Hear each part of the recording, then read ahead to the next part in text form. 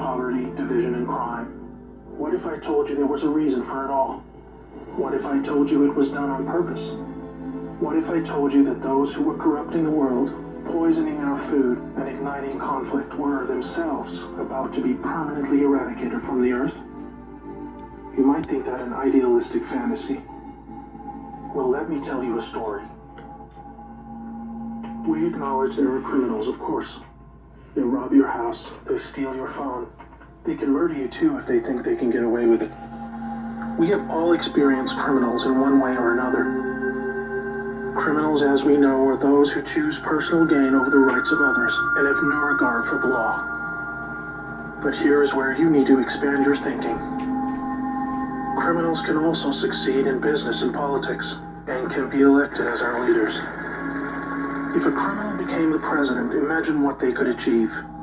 They could use the full weight of their executive power to commit much larger crimes, and ensure they and their friends were enriched to the fullest extent possible. A criminal president could create alliances with other criminal presidents, and then collaborate on more global criminal activities. Anything goes. Drug running, human trafficking, whatever makes the big bucks. The 20th century was turbulent with war, economic disaster, famines, and displacement. We have always accepted these things as just human nature, and simply the way the world works. Something inevitable, and due to the weaknesses of human nature that drive us to these actions. This is where we were all tragically wrong. You are not a criminal. I'm not a criminal. So how can we just assume that it is human nature that is driving all this pain and misery? What if it wasn't human nature at all, and as a result of something more deliberate? We were taught that capitalism was the cause of a massive rich-poor divide and the reason for poverty, which in turn is the reason for war, crime, and starvation. Others were taught that communism, the system of equal wealth across all people, was really to blame for the mess. But you see, folks, it is none of these things. It is not our nature to fight and be racist. It is not in our nature to rob from others. What you must learn is that it was the criminals all along. Yes, they got power. More power than a criminal should ever have. They rose to the top of media companies that control our news and entertainment. They ascended to the top of the banking system, also to the Oval Office, to Brussels, to the Vatican, to the Crown. They crept in quietly. They became leaders of agricultural companies who have control over our food supply. Also big pharmaceutical companies, the ones we trust to help us when we're sick. Nobody stopped them, and they just recruited more criminals to help them. First, they accumulated the world's wealth. They invented a system of money called central banking, which lends money to governments with interest, placing countries into eternal debt. People's wealth got less. Their wealth got more. Much more. When a criminal is already as rich as they can get, then protecting their ill-gotten gains becomes the priority.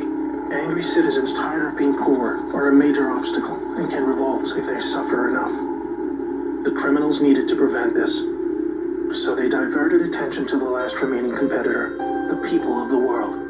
You and me. We were not happy being ruled by criminals and having to work 3 jobs just to survive. They know we won't accept it, so they use their control of the media to set black against white, woman against man, young against old, Muslim against Christian. They convinced us we were the problem so that we would fight and destroy ourselves. To get it done faster, they attacked all aspects of humanity that make us strong. Like family, using their influence over culture, they popularized lifestyle choices that led to a surge in broken homes, lost youth, and substance abuse. I could talk all day about how else they deliberately weakened us, and it would turn your stomach. We were just trying to get on with living. So where are all the good guys? Good people just want to get married, have kids, make a living, and enjoy their liberty. Well, there were good guys, many. One became the President of the United States in January 1961. He knew about these criminals and wanted them gone. He knew their intentions for us all, and he wanted to fight them. Sadly, he had no idea how powerful they had become. Reagan also had good intentions for the American people. He knew this criminal mafia controlled almost everything by this stage, including the powerful rogue intelligence agencies. His economic policies were promising, but the criminals needed a weak America to hold on to their power. Reagan was shown with a bullet that a growing U.S. economy and prosperous citizens were not what the criminals wanted. It was looking pretty grim for good people. Every time someone wanted to stand up and do the right thing, they got stopped. Were we ever to be freed? These criminals are also known as the Deep State, or Cabal, because of how they control things behind the scenes. Every president after Reagan was one of these Deep State criminals, and their empire got even stronger. With each bad president came new depths America and the world would sink. The world collapsed into darkness. Do you need me to tell you how? Destroyed factories, declining job numbers, sicker people, opioids, destruction of Iraq, Syria, and Yemen with pointless war, displacement of people into Europe, ISIS, terrorism, collapsed governments, poverty, and genocide. Total misery. Do you think that was inevitable? Hell no. Well, here's where things start to take a new turn. When the full picture comes to be known, it will forever be regarded as the greatest story ever told. Well, here is the top line. Some good people still held positions of power. They valued humanity and the rule of law. While the criminals discussed their game plan at the annual Bilderberg meetings, the good guys were making plans of their own. The information age was coming to change history forever. As the internet flooded into every home and appliances became smarter, and when people started carrying tracking devices, an opportunity to put an end to criminal control over the world was emerging. We became connected, trackable, and surveilled. But so did they. They became dependent, just like we did, on email, SMS, instant communication. It made crime much easier, but it also put them on a grid that, if accessed by the right people, would expose their crimes to the public and end their iron grip on us once and for all. In this new age of information, it was thought that the military should also have its own intelligence agency to focus on cybercrime and espionage. They called this the NSA, the National Security Agency. Here we had every phone call, email, and text from every device stored and archived. Whether it be someone making a doctor's appointment, or the deep state setting up a massive heroin purchase from the Taliban. In the right hands, it would be enough information to expose the entire sinister criminal plot to rob us blind and wipe us out. Hold that thought, now I need to explain the plan. The good guys were devising a plan to reclaim the world from the cabal and return it to the people.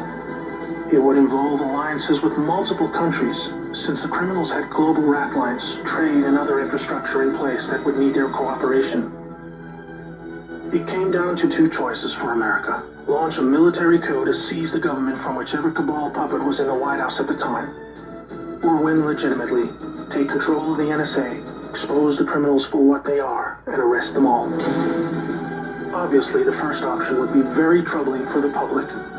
With people still preoccupied with cabal-engineered social issues, they would likely revolt and hurt themselves and others. No, it would have to be the latter. So they needed a candidate who could win, and who could win big. Many states like California had been so heavily inundated by criminals that even the voting machines were electronically set up to swing votes any which way. It would need to be a very decisive victory. Good patriots in the U.S. military and their global partners asked Trump to run for president so they could take back control of America legitimately without the public. Trump was a good choice, obviously, because he overcame the voter fraud and won. But he was a patriot, and he was loved and admired by the public. He was not interested in joining the cabal, because they hated America, and he did not agree with them on that point. As soon as he showed interest in taking power, they activated their media assets to viciously turn on him. That's when we saw the sudden hatred emerge. Even when he won, the cabal still had no idea what he was a part of, and the sophisticated plan that was about to unfold against them. Shocked at their loss, they mobilized their full arsenal of intelligence, media, money, and technology to try and take back power. There are people at the top of the DOJ and FBI then put together a plan to frame Trump and have him impeached. This is where we come back to the NSA again. All messages were stored and could be used to expose this plot and prevent Trump's overthrow. An entire book will be written about the first 2 years of Trump's presidency. False flag terror attacks, downed planes, missile alerts, assassination attempts. Here is the point. The world is currently experiencing a dramatic covert war of biblical proportions.